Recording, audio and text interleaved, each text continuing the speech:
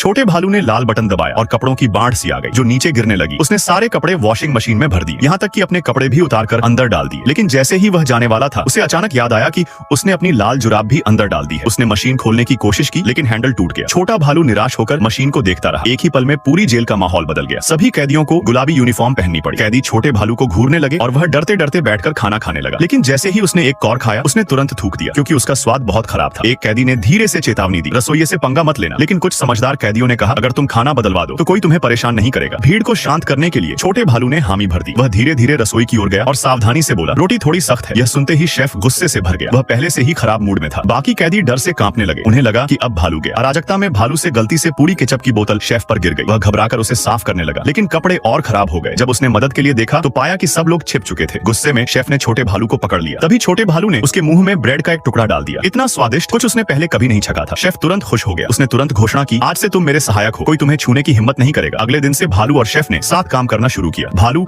अपनी सूंघने की ताकत से सबसे अच्छे संतरे चुनता और शेफ ताजा जूस बनाता। जल्द ही बेहतरीन ऑरेंज मर्मलेड तैयार होने लगी। खाने के समय सबको मर्मलेड सैंडविच मिला। कैदी खुशी से खाने लगे और दोनों की तारीफ करने लगे। छोटा भालू रोज नई मिठाइयां बनाने लगा और पूरी जेल खुशियों से भर गई। लेकिन धीरे धीरे उसे अपने परिवार की याद आने लगी, इसलिए उसने भागने की योजना बनाई। रात में वह कैदियों को लेकर सुरंगों से गुजरा और पाइपों से रेंगता हुआ निकला। एक गुप्त एजेंट की तरह वह घड़ी टॉवर पर चढ़ा और पेंडुलम की मदद से चाबियां हासिल कर ली। सब लोग छत पर इकट्ठा हुए और मेज पोस्ट जोड़कर एक बड़ा गुब्बारा बनाया। शेफ ने गैस जलाकर हवा को गर्म किया और गर्म हवा का गुब्बारा धीरे धीरे आसमान में उड़ने लगा। सभी कैदी उसमें बैठ गए और उड़ते हुए दूर चले गए। आखिरकार छोटा भालू घर लौट आया और अपने परिवार से मिल गया।